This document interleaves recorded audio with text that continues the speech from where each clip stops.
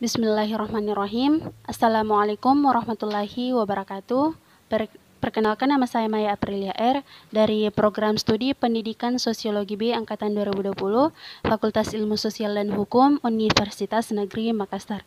Dengan memenuhi tugas ujian akhir semester mata kuliah Teori Sosiologi 2 dengan dosen pengampu Bapak Muhammad Syukur, MSI.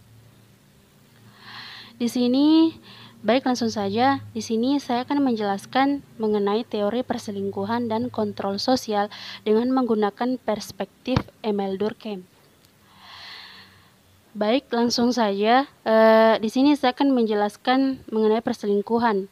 Perselingkuhan adalah hubungan pribadi di luar nikah yang melibatkan sekurangnya satu orang yang berstatus nikah dan didasari oleh 3 unsur, yakni saling ketertarikan, saling ketergantungan, saling memenuhi secara emosional dan seksual. Perselingkuhan tidak selalu berarti hubungan yang melibatkan kontak seksual, sekalipun tidak ada kontak seksual. Tetapi kalau sudah ada saling ketertarikan, saling ketergantungan, dan saling memenuhi di luar pernikahan, hubungan semacam itu sudah bisa dikategorikan sebagai perselingkuhan. Nah, adapun tahapan ketertarikan yang terdiri dari ketertarikan secara fisik ataupun emosional. Karena tertarik pada seseorang, mulailah kita bercakap-cakap dan saling menjalin hubungan dengannya.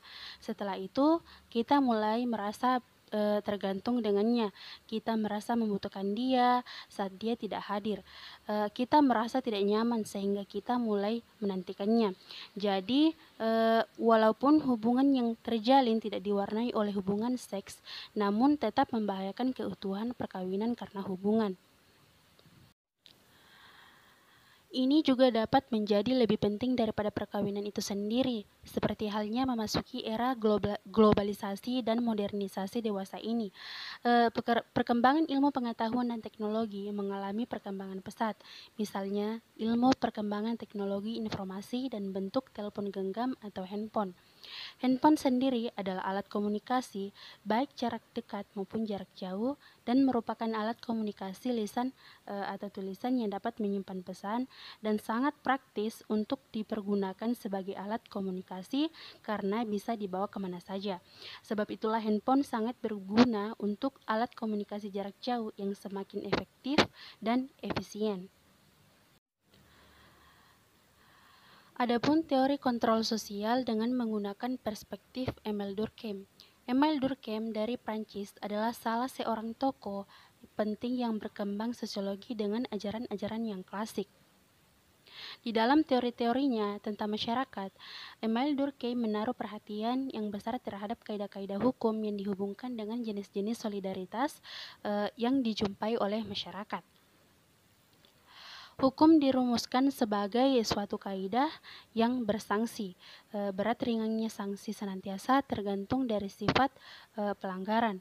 Anggapan-anggapan serta keyakinan masyarakat tentang baik buruknya suatu tindakan dan peranan sanksi-sanksi tersebut dalam masyarakat. Dengan demikian, maka kaidah-kaidah hukum dapat diklasifikasikan menurut jenis-jenis sanksi yang menjadi bagian utama dari kaidah hukum tersebut. Di dalam masyarakat dapat ditemukan 2 macam kaidah hukum, yaitu yang represif dan yang restitutif.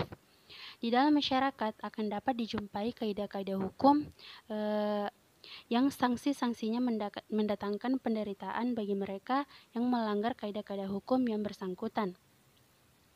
Sanksi kaidah-kaidah hukum tersebut menyangkut hari depan dan kehormatan seorang warga masyarakat, atau bahkan merampas kemerdekaan dan kenikmatan hidupnya.